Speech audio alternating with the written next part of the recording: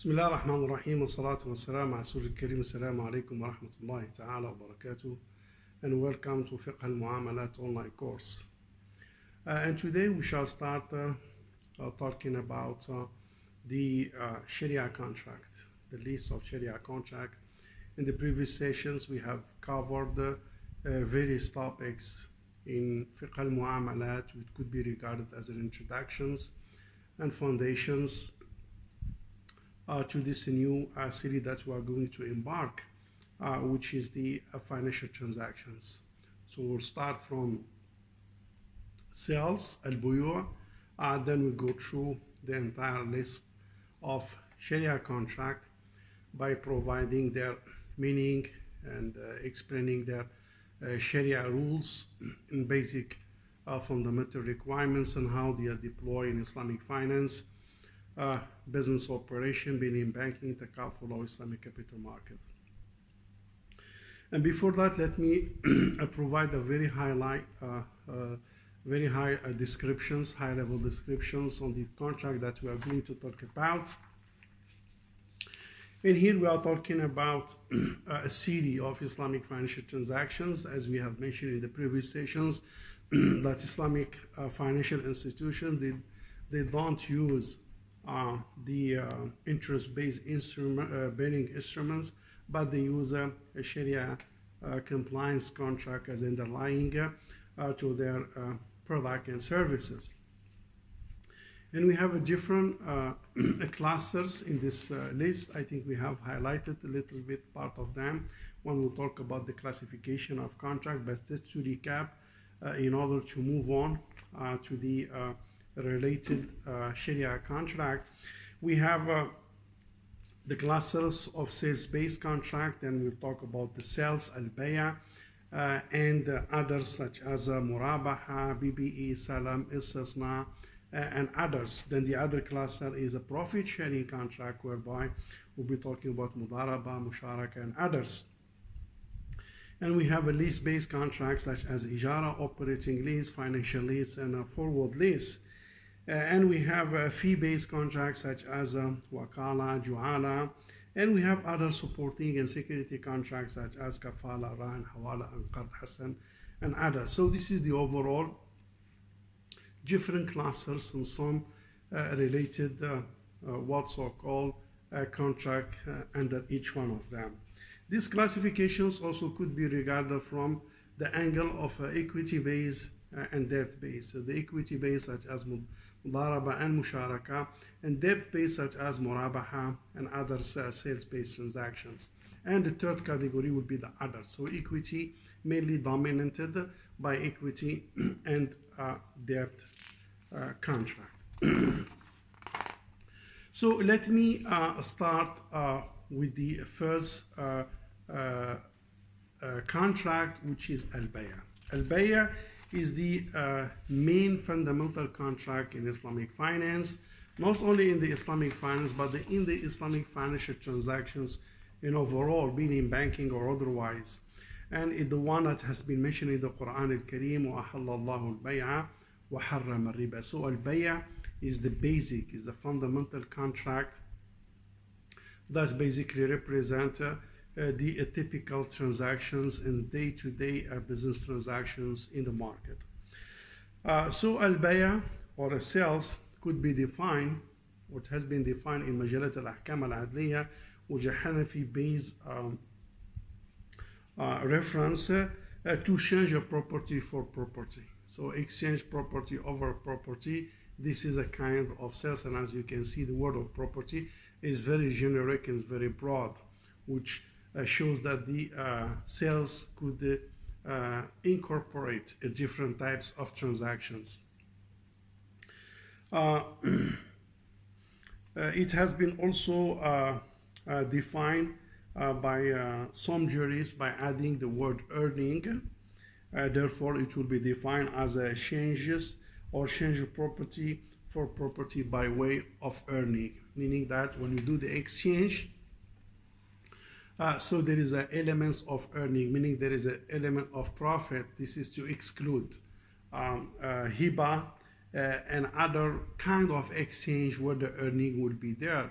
If there is no earning, so basically the sales from this point and from this angle of definition cannot be comprehensive enough as far as the definition is concerned. So it is a kind of an exchange, and that kind of exchange will generate a kind of income, a kind of earning, kind of a profit.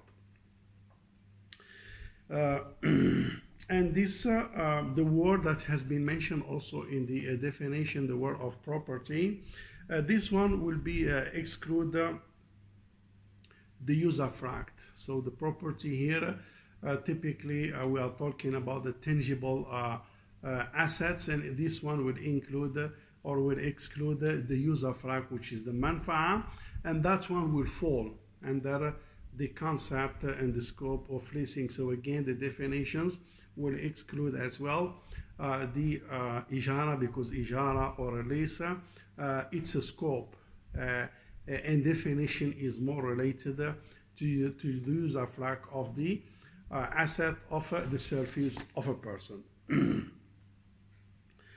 So again, sales meaning the delivery of a defined good, a defined object which is in the possessions, which possess a legal value in exchange of something equivalent value called the price. So this is another more detailed and what's so called definition with regards to the sales.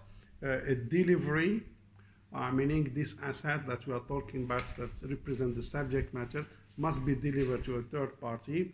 The delivery of a defined object, so this object should be well defined, as we have talked previously in the past sessions, when it comes to the quality and the quantity, when it comes to the descriptions of this object, it should be well defined to remove the potential of ambiguity and gharar and jahala, lack of information on the subject matter. Now, this object possesses legal value, so it has a legal value. It has also a custom value, meaning it has a value from a Sharia standpoint. Legal value here means a Sharia standpoint, because from Sharia view, some of the assets have no value, so they will not be captured in this defined and specific definition. An exchange, meaning this is the counter value of this object, in exchange of something equivalent in value called price. So the other one, or the other counter value that will be exchanged against this asset or this property that has been delivered. Again, it has a equivalent value. This one normally we call it the price.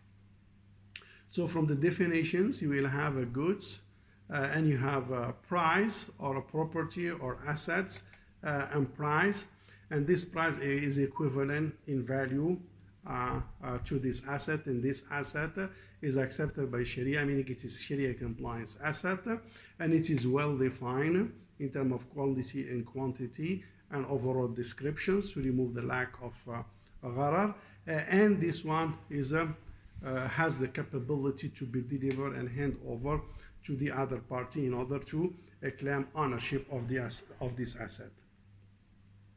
So the consequences and the transactions of the sales will result the transfer of the ownership from the sellers to the buyer. So if you are talking about mobile, this mobile has a value, this mobile has specifications, has descriptions, and is capable or able to be delivered to the buyer, and you will purchase it with the equivalent price, that is $100. And when the exchange took place, so basically the money, the amount mentioned will go to the seller, and the mobile asset will be delivered to the buyer. And that kind of ijab and qabul, that kind of offer and acceptance that will take as a form of communications between the buyer and the seller, will have an impact on the subject matter, whereby price goes to the sellers, and again the asset goes to the buyer, and ownership will be transferred.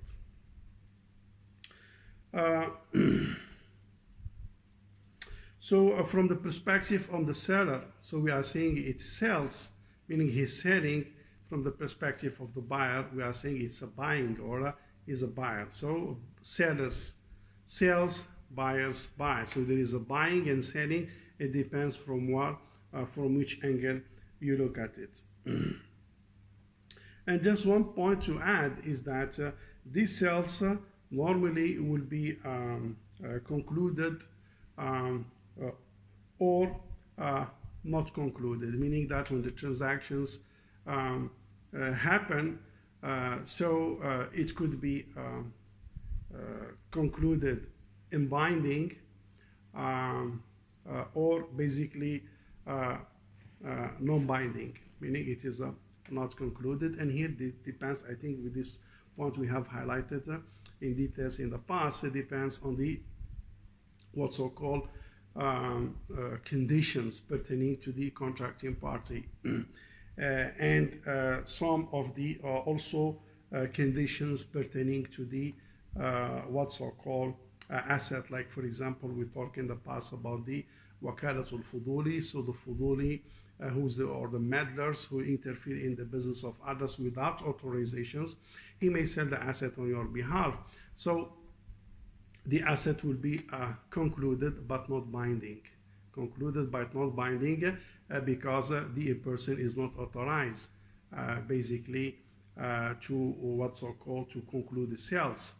And sometimes is not concluded even if some of the what so-called conditions of the offer and acceptance, like for example al-khayar is a part of the ijab of qabul or part of the conditions embedded in the contract. I think this point we have highlighted before. So just to carry on a few points, the Quran al-Karim has mentioned al-bay'a as one of the very important sales. And as I mentioned, the Quran says in Surah Al-Baqarah, basically, verses 275, وَأَحَلَّ اللَّهُ الْبَيْعَ وَحَرَّمَ الرِّبَا. It is a pronouncement that al-bay'a is a very important contract, and it is permissible that people exchange property with the property based on the Sharia requirements with the objective of earning money, making profit, and accumulate wealth. And this one is different than riba. Riba is not allowed, meaning that you cannot accumulate wealth and generate money and a profit through riba as a means of wealth accumulation. That's why Allah Azza wa Jal say وَحَرَّمَ الرِّبَا, so it's not allowed to use it. But on the contrary, on the other hand, you can use a bay'a as a means of wealth accumulation. Of course, the Quran al-Karim here mentioned riba because in the past it was a thought that riba is a means of what's called wealth accumulation, and it's a part of business transactions similar to the sales. So sales, you do buying and selling and you generate income. So also you do borrowing and lending and generate income. So the Quran al-Karim here made very clear demarcations between the difference between the two, whereby sales, which is the trade that people knows, is permissible, and the interest which people practice through borrowing and lending is not allowed.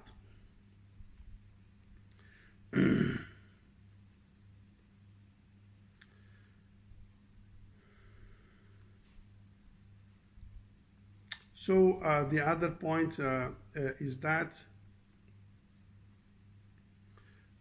sales is a very broad concept which include other types as well, and I do believe this point we will start to highlight them and cover them in the following sessions. This is just an introduction. Some of the things that fall under the bay'a is, for example, a sarf. Then we look how is the classification, because a sarf, which is money for money, is a bay'a as well. And sometimes commodity versus commodity, which is the muqayada, is also a bay'a. And what's so called salam is a bay'a, and istisna is a bay'a, and al-wafa is a bay'a, and tawarruq is a bay'a, and arena is a bay'a, and bay'a dain is a bay'a. So there are a lot of types of bay'a. Bay'a al-muzayada, the auction, is a bay'a.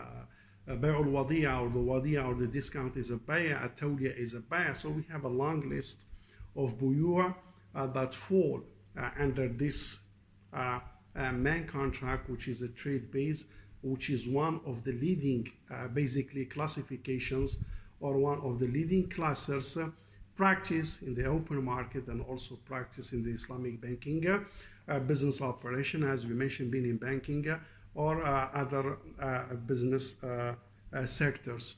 We'll stop here, then we carry on with the remaining discussions on sales in the coming sessions. Wassalamu alaikum wa rahmatullahi ta'ala wa barakatuh.